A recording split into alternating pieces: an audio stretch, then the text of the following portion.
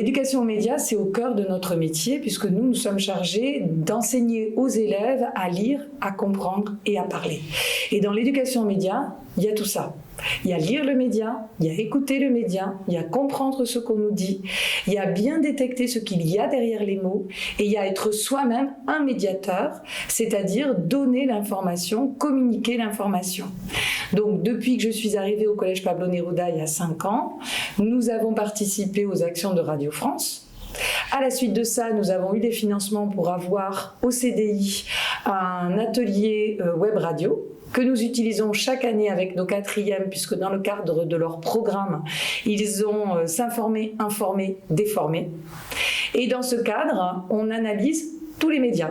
On fait des analyses de une de journaux, on fait des analyses de différentes radios, et ensuite, on a un intervenant extérieur, de Radio France en général, qui arrive avec des dépêches AFP. Il constitue des petits comités de rédaction, et ils décident de l'information qu'ils vont publier, comment ils la hiérarchisent, ils écrivent leur prompteur, ils parlent au micro, ils enregistrent leur émission, et tout ça, ça a beaucoup de succès. Et depuis cette année, à l'occasion d'un concours pour les 400 ans de Molière, on commence à utiliser ce studio radio pour communiquer sur nos actions. Alors là, c'est la dernière partie de l'éducation aux médias. Nous travaillons énormément sur le clic meurtrier, ce que nous appelons le clic meurtrier, c'est-à-dire comprendre la source, toujours remonter à la source, vérifier la source et se demander à qui profite l'info avant de la diffuser. Et en travaillant sur ces fake news et sur ces réseaux sociaux, on travaille sur l'aspect aussi positif des réseaux sociaux. Justement, toujours pareil, qu'est-ce qu'on peut en faire ?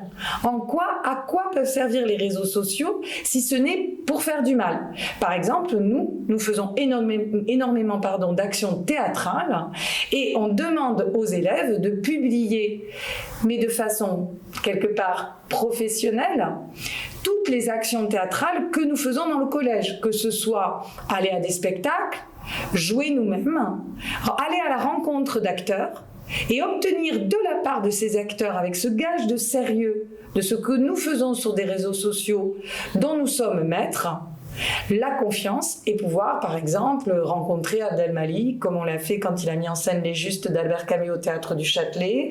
Nous sommes la seule classe qu'il a vue. Pour cette raison-là. Donc c'est vraiment pour nous une éducation globale aux réseaux sociaux. On travaille d'abord sur les fake news, comment les détecter, et ensuite comment mieux utiliser les réseaux sociaux.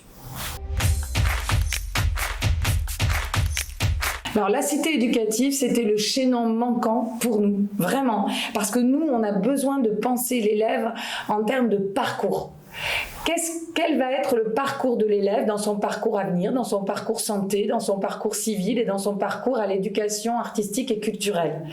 Et cette cité éducative, ça nous permet d'avoir une vision de l'élève du début de sa scolarité à 3 ans jusqu'à la fin de sa scolarité à 18 ans et parfois même au-delà, parce qu'ici nous avons un établissement, le lycée Voie-l'Homme, qui a des BTS, donc qui peut aller au-delà même de 18 ans. En échangeant enfin avec nos collègues qui sont juste à côté mais qu'avant on ne connaissait pas particulièrement, des idées naissent. Et grâce à la cité éducative, nous pouvons partager tous ces partenariats et chacun, à son niveau, avec ses élèves, avec sa personnalité, avec ses envies, avec ses idées, peut aller vers ses partenaires.